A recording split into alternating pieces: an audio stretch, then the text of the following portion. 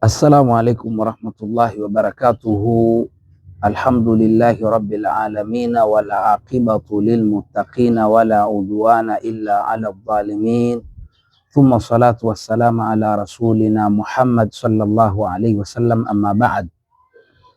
Wapenzi watazamaji wa channel ya Mponda Media, leo tutazungumzia maqasidu al-i'tikaf. Maqasidu al-i'tikaf maana yake ni makusudio ya itikafu, makusudio ya itikafu, kwa sababu Ibn Umar radhiyallahu anhuma amesimulia ya kuwa kana Rasulullah sallallahu alayhi wasallam ya'takifu al-ashara al-awakhira min Ramadan. Mtume alikuwa akikaa itikafu, akiketi itikafu 10 la mwisho la Ramadhani. Muttafaqun alayhima au muttafaqun alayhi, hadithi hii wamekubaliana Bukhari na Muslim. Sasa Mtume alikuwa akiketi itikafu katika 10 la mwisho la Ramadhani. Makusudio yake ni nini? Kwanza ni kuisubiri Lailatul Qadri. Makusudio ya kwanza ni kuisubiri Lailatul Qadri, yani Lailatul Qadri ikufiki hali ya kuwa umo msikitini, kwa sababu itikafu maana yake ni kuketi msikitini kwa ajili ya kumtii Allah.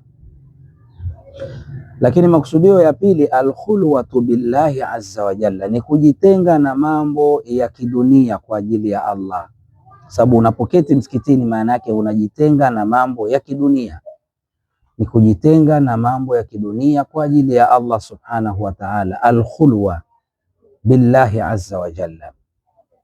Kwa hiyo makusudio ya pili ni kujitenga na mambo ya kidunia. Lakini makusudio ya tatu, al-inqita'u tammu. Al-inqita'u tam maana yake ni kujitolea kabisa. Wa alaikum salam.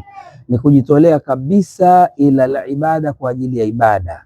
Yani unajitoa kabisa, kwamba mimi najitoa na keti msikitini kwa ajili ya swala, kwa ajili ya dhikri, kwa ajili ya dua, kwa ajili ya kusoma Qur'ani. Kwa hiyo al-inqita'u tamu ila al-ibada. Makusudio ya tatu ya kuketi itikafu ni kujitolea kabisa, atamu kabisa kabisa, ila al-ibada, kwa ajili ya ibada. Maana unapoketi itikafu unatakiwa uswali, ama uwe unasoma Qur'ani, ama dhikri, ama dua. Kwa hiyo ni ibada. Lakini makusudio ya nne ni hifdhu siyam, ni kuhifadhi ile funga, kuhifadhi funga, min kulli ma yuathiru alayhi, na kila ambacho kinaathiri ile funga, min hududi nafsi, kama yani kutokana na matamanio ya nafsi, wa shahawati, na matamanio na shahawati. Kwa hiyo lengo la nne ni kuhifadhi saum. Kuketi itikafu lengo lake ni kuhifadhi saum na kila kinachoathiri ile saum, kama matamanio na shahawat. Kwa hiyo hayo ndiyo makusudio ya nne katika makusudio ya kuketi itikafu. Hayo ni makusudio ya nne katika makusudio ya kuketi itikafu.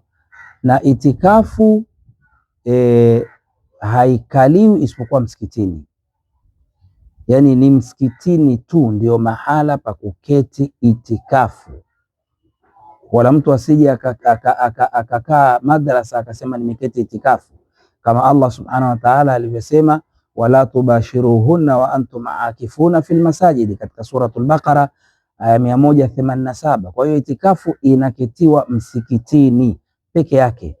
Itikafu hauwezi ukaketi madrasa ama ukaketi sijui wapi, ni msikitini peke yake. Kwa hivyo tujitahidi katika 10 hili la mwisho, ndugu zangu, kuketi itikafu kwa ajili ya Allah subhanahu wa ta'ala.